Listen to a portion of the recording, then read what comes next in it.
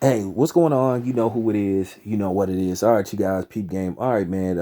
I just wanted to ask y'all opinion about something. Because you know me, I keep it 100, and I value my subscribers and my subs, whatever you want to call it, the people that follow me. I want to ask y'all honest opinion because sometimes I'm a good reader of body language and how people talk, and sometimes I could tell whether somebody is trying to sneak this or when they talking about a certain situation, they coming across as ungrateful. And I'm starting to see that a lot to a certain degree, how some of these movie people act. I know Chris Tucker is all high and mighty now, and he went on to make a shitload of money, but it's just amazing how people forget who gave them their start, and how sometimes when it come time to return a favor, people don't want to do it, and they want to play these games about, well, they different, this is beneath them and all this kind of shit. But you know what? I've been seeing Chris Tucker doing quite a few interviews. Now, all of a sudden that, and once again, I'm asking y'all's opinion. I want everybody to chime in on this. Everybody is welcome to voice their opinion. But I just been watching Chris, Tucker do a bunch of interviews, pertaining to Ice Cube, the movie Friday, and all this kind of stuff.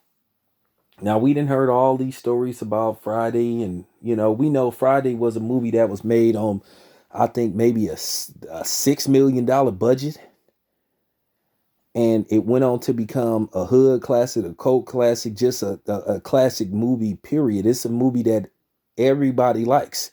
It don't even matter what your background is. Mostly everybody's seen that movie. It had quotable lines. And that movie really established Ice Cube as an actor. And you really could take Ice Cube seriously as an actor, and he showed his range. This is a dude that started off with NWA, and he went on to become an established actor. Now Ice Cube stays within in his range. He don't try to do shit like Hamlet and all that kind of stuff, but he proved he had some versatility. This is a man that did a comedy, and this is one of the funniest movies that I had seen in the last 25. It's just, and I'm keeping it 100. Some people may agree, some people may disagree. But as far as the funny meter go, Friday, the original Friday, was just as funny as the original Coming to America.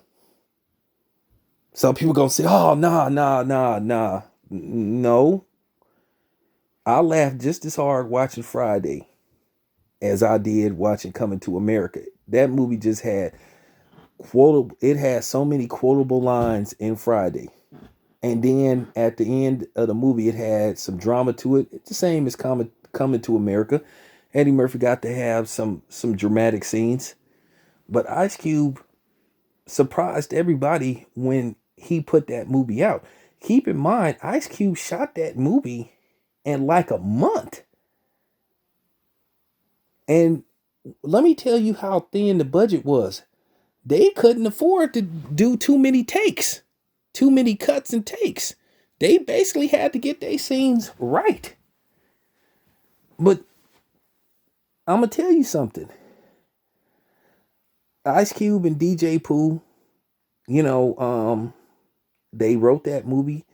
It became a classic, and it established, we already knew who Regina King was. Regina King was from 227, but look where Regina King is now.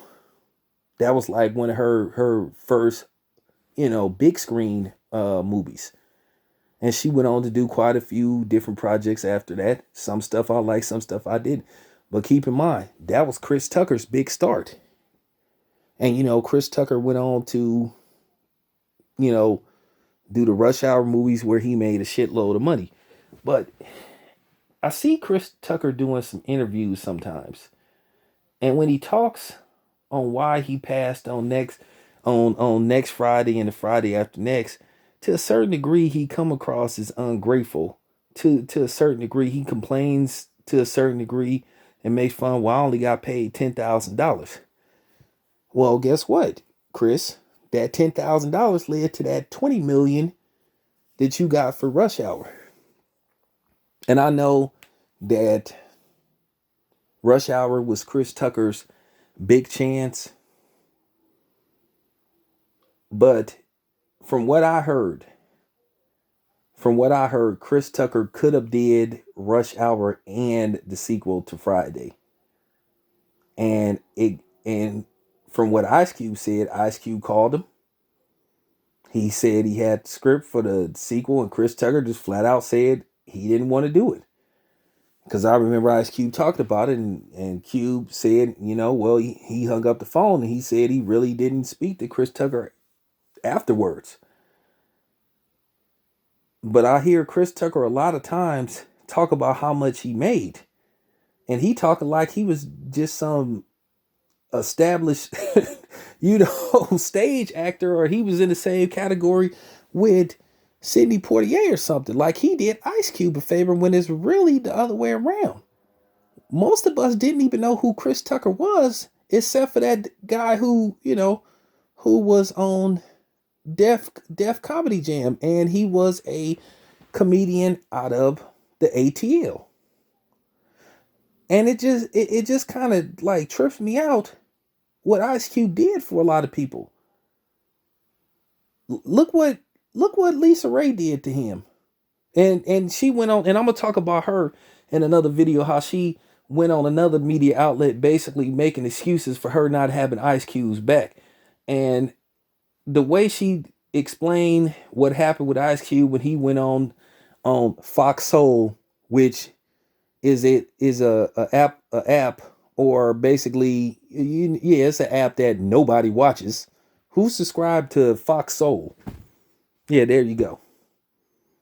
And how basically they tried to blindside Ice Cube, cornball ass Claudia Jordan, and Never Was, and Selena Johnson, and Vivica A. Fox. You don't even want me to start with Vivica A. Fox.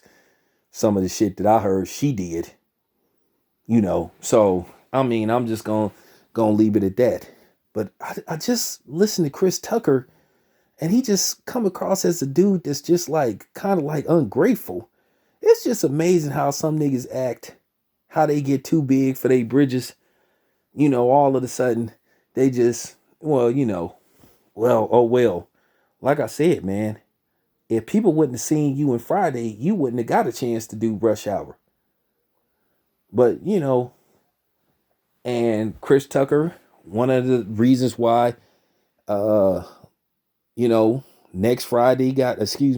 Friday got held up. Chris Tucker was debating on should he do it. And now, since John Witherspoon died, it's probably not ever going to happen, because Q basically said it's dead. He said he's not doing it without John Witherspoon. And then you had New Line Cinema hesitant to, basically write the check to get the movie did. So, they prolonged this forever. We prolonged, we waited for it, and we just couldn't get it. But I just hear these interviews with Chris Tucker, and he just come across as ungrateful, like he be trying to take a jab at Ice Cube. Okay, you work with Jackie Chan. Okay, we know Jackie Chan is a martial arts icon. We respect Jackie Chan. But I can make a whole, I can make, a big deal out of Rush Hour that first, and you know what scene I'm talking about. And we gave Jackie Chan a pass for that. And y'all know what scene I'm talking about. And a lot of us, we gave Jackie Chan a pass for that shit. Because we could be jamming Chris Tucker up about that. About why did you know what I'm saying? What was up with that scene? But it's cool. But yeah, let me know what you guys think. Do you think Chris Tucker is coming across as ungrateful? Or maybe, it's just one of them situations. Maybe I'm reading into it wrong or whatever. Let me know what you think. But if you watch some of these interviews, Chris Tucker just come across as, like kind of ungrateful. But I don't know. Y'all can have the floor. This your boy Town Biz. I'm out.